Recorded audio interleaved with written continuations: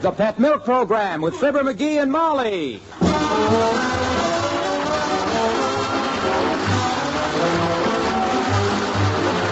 The first evaporated milk, Pet Milk, presents Fibber McGee and Molly with Bill Thompson, Gail Gordon, Arthur Q. Bryant, Dick LeGrand, Tyler McVeigh, Gloria McMillan, and me, Harlow Wilcox. The show is written by Phil Leslie and Keith Fowler and directed by Max Hutto with music by the King's Men and Billy Mills Orchestra.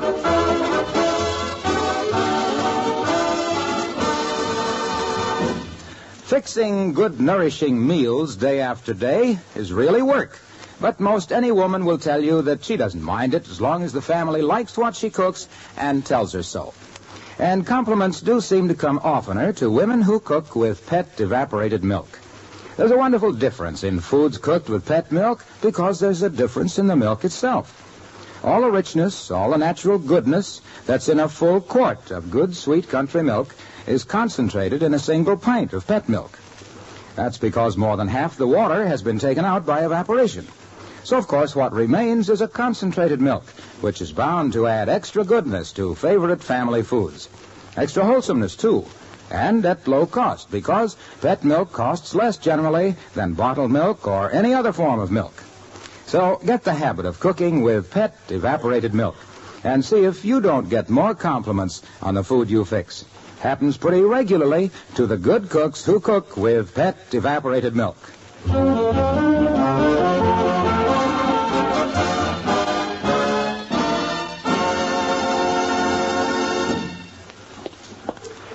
Here is a picture of a happy man.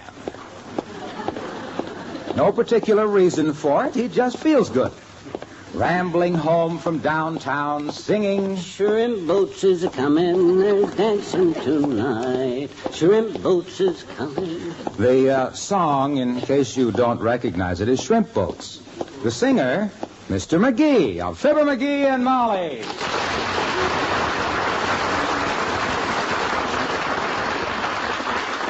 Happy the girls when they're tending their nets. Why don't you hurry home? Why don't you hurry home? Ah, it's great to be alive. Hi, Tootsie, how's my favorite wife? Fine, dearie. What's new, kiddo? Here's a letter for you. Just came. Oh? Bureau of Internal Revenue. Yeah, shrimp boat. Huh? Oh, my gosh, what do they want? They got nothing on me. I paid my taxes. What do they want? Well, I don't know, dearie, but don't get excited about it. Open the letter up and find out. Okay, I'll open it up, but I don't mind telling you, I'd rather open up an atomic bomb with a dull screwdriver. Oh, this is murder. What is it? What is it, dearie? I haven't read it yet. Let me see, it says, Dear Sir. You see, it's not so bad. They call you dear. Dear Sir, please come to my office. At your earliest convenience. And answer a few questions. Signed C.J. Jones, Deputy Collector.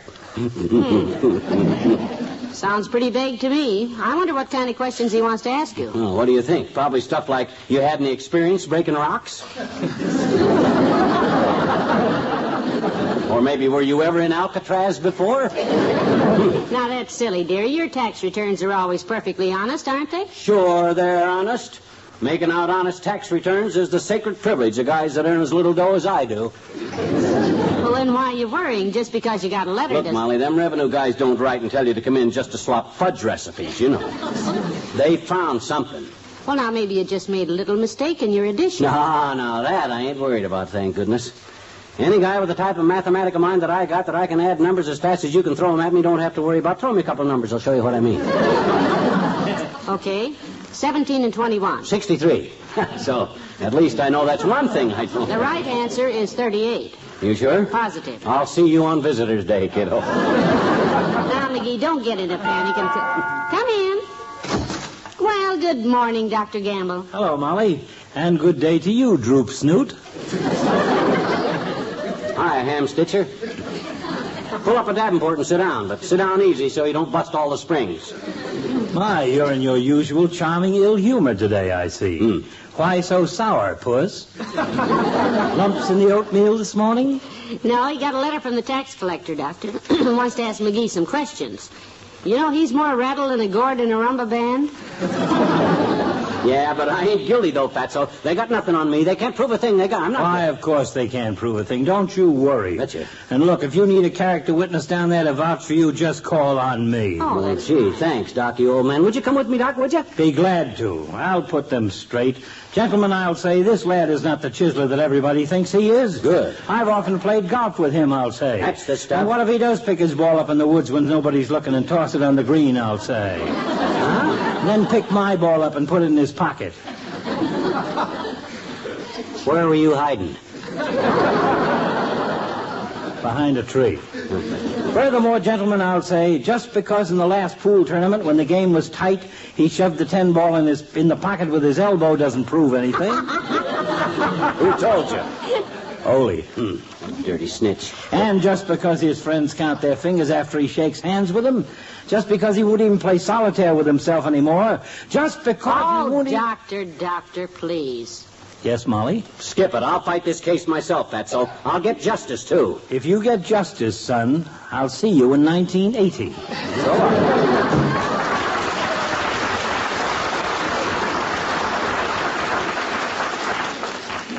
Fine, big, fat friend he is. Cheerful as a carbuncle. But gee whiz, Molly, they can't send me to jail, will they? I didn't do anything to them. No, of course they won't send you to jail. People get letters like this all the time, McGee. Yeah? You know, I remember Uncle Dennis got a letter from the tax collector one time. Yeah? What'd he do? Well, come to think of it, he did 30 days. Maybe it was 60. Oh, my gosh. Well, by George, I ain't going to take this thing lying down. I got proof for all my figures. I got receipts for all my tax deductions filed away. Where? Right here in the hall closet. What? The hall closet? I'll get them out and sort through them. Oh, no, don't open that door, McGee.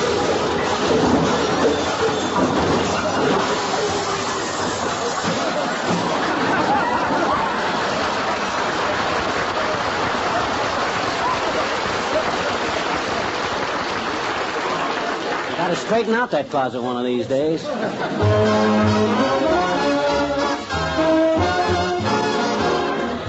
Billy Mills in the orchestra and the little white cloud that cried.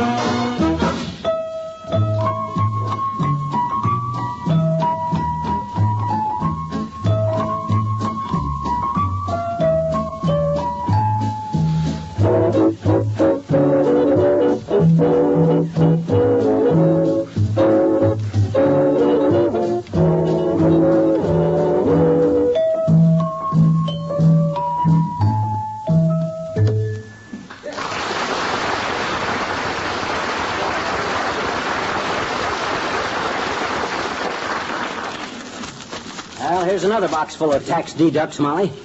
Help me sort them out according to years, huh? Heavenly days, what a mess. Now, I'm going to need all the figures I can find when I see that C.J. Jones kiddo. Them tax guys are rougher than sandpaper pants. Well, they struck their match with you, dearie. Don't you get it? Strike a match, sandpaper pen. Tain't funny, Mrs. McGee. Well, we can't all be dynamite. Here's 2 ticket stubs from the Bijou Theater, entertainment. Put them in the 1950 pile. Let's go again sometime. That was fun. Next item is a lunch check from the Ritz Vista Hotel, the Sump Room. That was 1949. That's Wait a minute. Come in. Oh, hello, Mr. Mayor. Hello, Molly. McGee. Hi, Latrivia. Watch your feet there, boy. I don't want these important documents scattered around. What are you doing? Building a nest for your pet mouse? Or getting ready to line a bird cage? No, Mr. Mayor, the tax collector wants to see him. Oh, they're after me, Latrivia. They're closing in on me. They're going to question me. I got all my deducts together here for proof. Well, you don't expect the collector to wade through that conglomeration of parade route sweepings, I hope. Haven't you any books and records, McGee? Books and records? Yeah. Oh, sure. In the way of books, I got Black Beauty. The Rover Boys on Relief. Tom Swift and his electric grandmother. And a copy of Forever Amber that Molly put a padlock on. I didn't mean And that. for records, I got Cohen on the telephone, the 2 Black Crows, and I wish I could shimmy like my sister Kate, played by Saxy Shapiro in his Hot Hawaiians. Why are you interested in my books and records?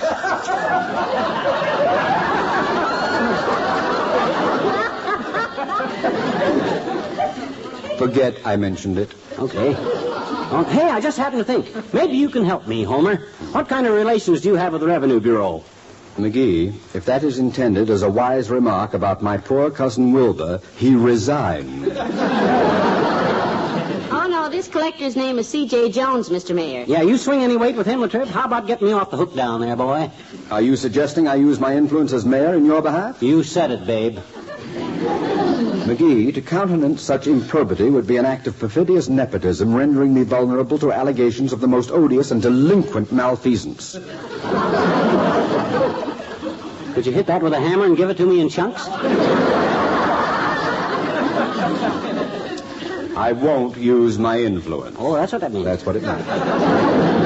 What's more, I couldn't if I wanted to. This man Jones is a recent arrival in town. I don't even know him. Well, introduce yourself to the guy. I need help, Latrivia. My gosh, if you talk to the man, you might at least have a good word for me. I have several good words for you, McGee, but I can't use them in front of Molly. Good day.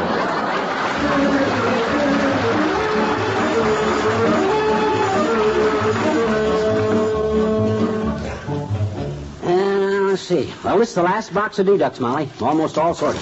Yeah? Yeah. Heavenly days. You don't throw away a thing, do you? Streetcar transfers, cancel stamps, match covers. You betcha. Them guys may railroad me to jail, but by George, I'll go down fighting. Here, medical expense, 6 bills from Doc Gamble. It's all the same bill, McGee. He sent it to us 6 times. That's okay. On my tax return, I added them all up and just divided by 6. Gotta be businesslike with these tax returns, Molly. You can't kid with anything. Well, this ought to teach that tax man a lesson because Hello, Molly. Hi, pal. Hello, Mr. Wilcox. Hi, Junior. Hey, you know anybody at the Income Tax Bureau? They wrote him this morning to come and see them, Mr. Wilcox, and he's a little worried. A little worried. I'm as nervous as a mother clam taking her kids past a chowder factory. Well, I'm sorry I don't know a soul down there, pal.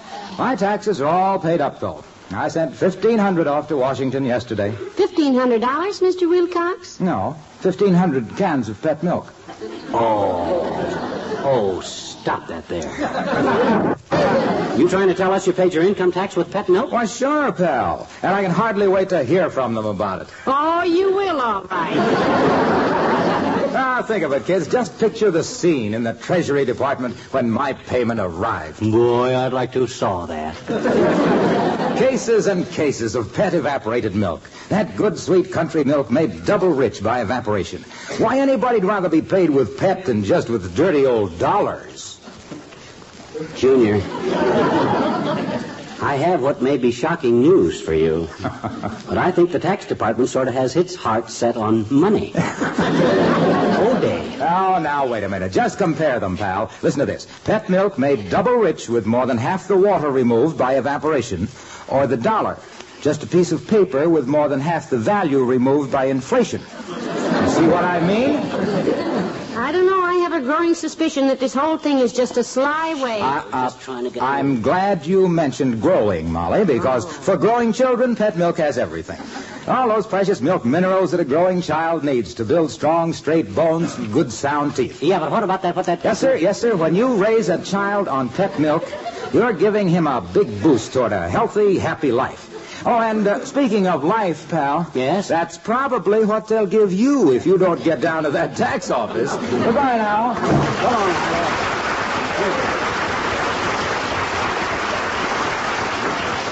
on. No more help than the rest of them. Well, back to work.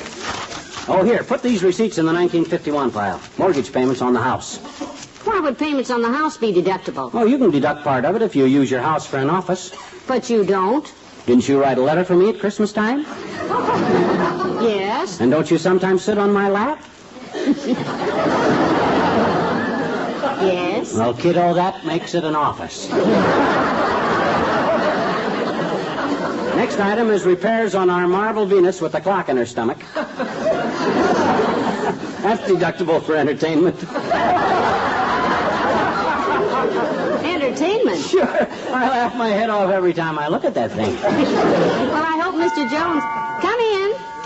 Hello, Ole. Well, hello, missus, and you too, McGee. Oh, hi, Ole. I'm busy on this income tax stuff. They want to see me at the revenue office right away. Income tax, huh? Yep. I don't suppose it's much of a problem for you, though, Ole. No, pretty soft with all your kids. I don't know, McGee. Now, you took my littlest kid, little Sven. Yeah? For him, the government gives me off $600 a year. And that's bad? No, but wait. Oh? Since just the first of this year, Sven has fell his 6 mud puddles, Yeah? tore his britches twice on barbed wire fence, fell out of 3 trees, 2 walnuts, and 1 weeping willow. Doctor bills and new clothes, $85. Well, the profit's beginning to fade. Then he tied tin can on the tail of our dog Jupiter, who gets excited and runs out in the street, tin can, tail and all. Oh, dear. And a fella driving a 1942 convertible tries to avoid Jupiter, hits telephone pole, and converts 1942 convertible into 1952 Yonkie. Repair bill, which I paid $365. Oh, it's darn near faded. So far this year, Sven has swallowed a dozen marbles, Yeah? a penny whistle, a hop-along Cassidy badge, and a little tin alligator, which was a prize in the Cracker Yak box. Cost of having Sven pumped out, $70. Heavenly days. Then yesterday, he gets hold of my missus' purse, and he swallows 16 cents in small change that ain't been pumped out yet. Total cost of Sven, $520.16, and we got 10 months to go. That kid's no deduction. He's a liability. Yes, but I bet Ole wouldn't take anything for him. Well, sometimes I would, missus. Used anything. Well, good luck with the taxes, McGee. So long, both you fellas. So long, Ole.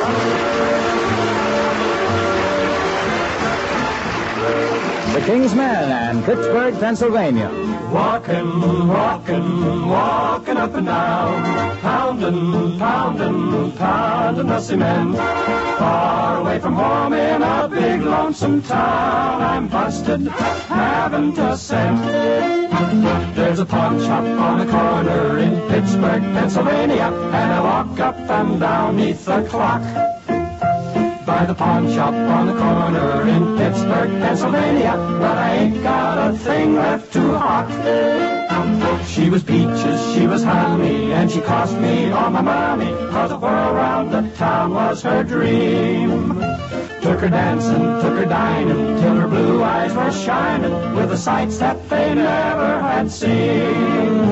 If you should run into a golden-haired angel and ask her tonight for a date, she'll tell you somewhere there's a rich millionaire who is calling again about 8. I'm late. There's a pawn shop on the corner in Pittsburgh, Pennsylvania, and I simply must get 5 or 10. from the pawn shop on the corner in Pittsburgh, Pennsylvania. Gotta be with my angel again. They've already got such an awful lot of what I used to own. I even tried to hawk the phone last night. Now I'm really low, don't know where to go to get a little dough to keep her little halo shining bright. So the pawn shop on the corner in Pittsburgh, Pennsylvania will just have to give me a 10 on a watch pop or a filling to satisfy this mania. Gotta be with my angel and then I'll feel like a million again.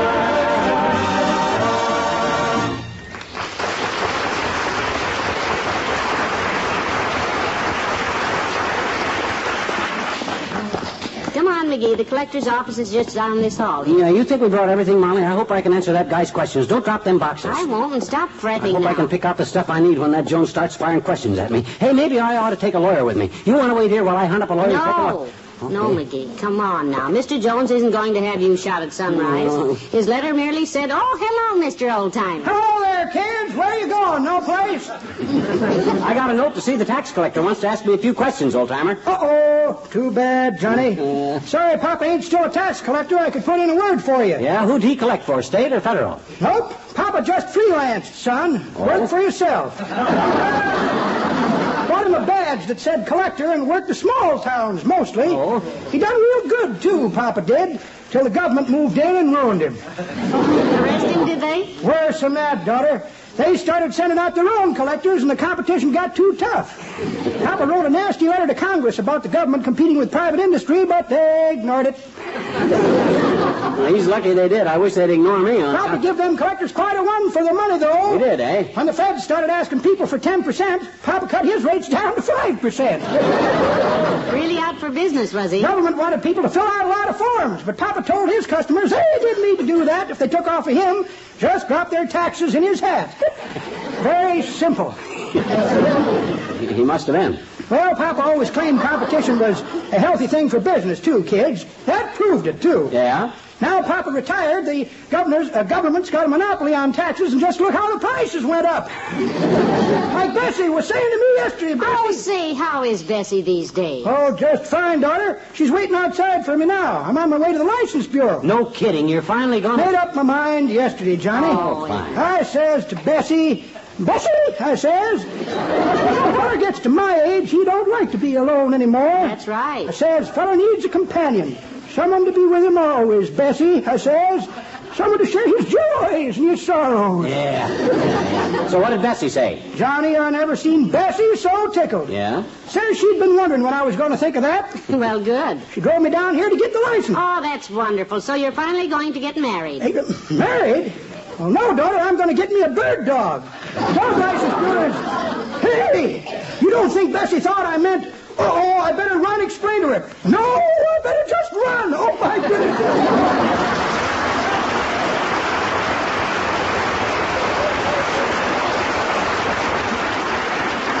And you think you have trouble, McGee. Well, here's the man's office. Come on. You sure it's the right office? Well, it says Bureau of Internal Revenue, C.J. Jones, Deputy Collector. Look, maybe I ought to run back home and phone for an appointment. Maybe he's... McGee, the note said at your convenience, didn't it? Yeah, but...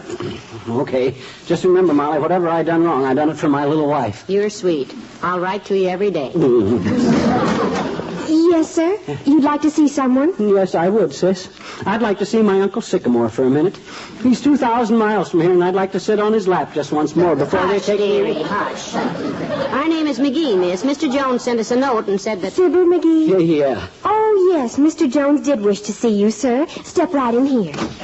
Mr. McGee is here, Mr. Jones. Oh, good. Now, look, Mr. Jones, I admit I might have made a few simple errors on my tax return. Everybody makes mistakes, but I never cheated, and I can prove it. Whatever I'd done wrong, I can prove that I was just stupid. Yes, he can. He can get any number of people to swear to that. Now, I don't know what questions you want to ask me, but go ahead and ask me. You can't send a guy to jail for being stupid. McGee, I have just one question. What is it? Are you the Fibber McGee that went to school in Peoria and sat behind a kid named Chucklehead Jones? Well, yeah, but what that got to do with my... Oh, my gosh! You! Chucklehead. Yeah, that's me. Good old Chucklehead Jones. Boy, am I glad to see you. Me too. Sit down. Oh, thanks. Say, Fibber, remember the time we tied Elsie Bupp's braids to the back of the chair? Remember the cow we put in Miss Fiditch's office? Yeah, but how about my tax returns? Oh, your tax returns are fine. Huh? Hey, remember the little girl that used to carry your books home from school all the time? Whatever happened to her? She carries hat boxes full of old tax records for him now. Where is there a wastebasket? This is ridiculous.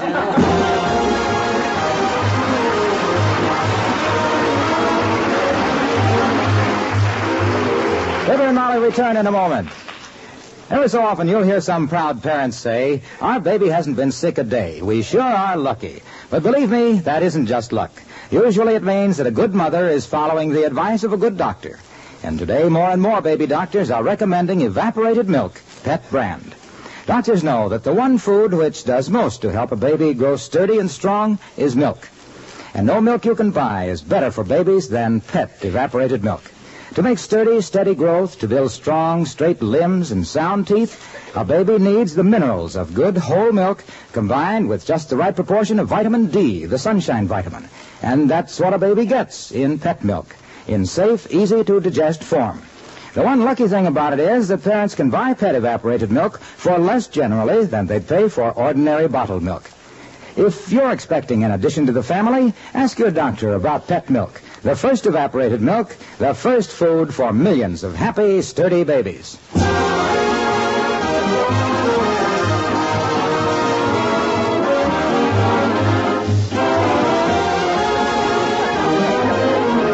Yeah, and you remember when we put the cap and gown on Atherton's Jenny Mule and drove him to commencement? Yeah, sure.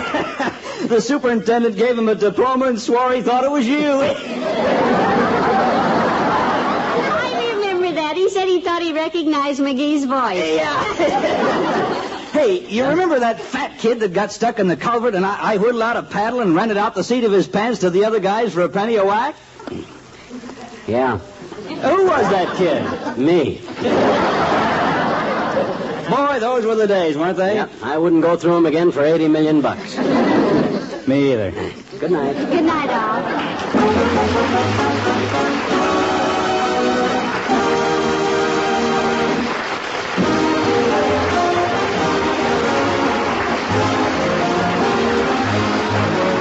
The first evaporated milk, pet milk, brings you Fibber McGee and Molly each week at this time. Be with us again next Tuesday night, won't you?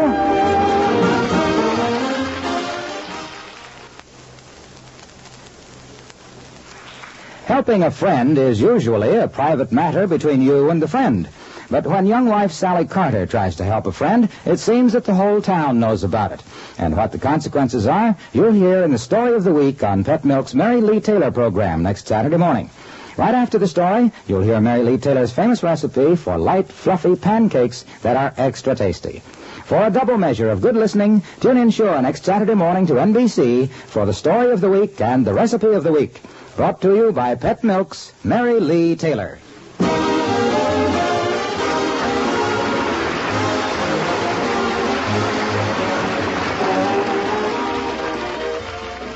Now, Eddie Cantor on NBC.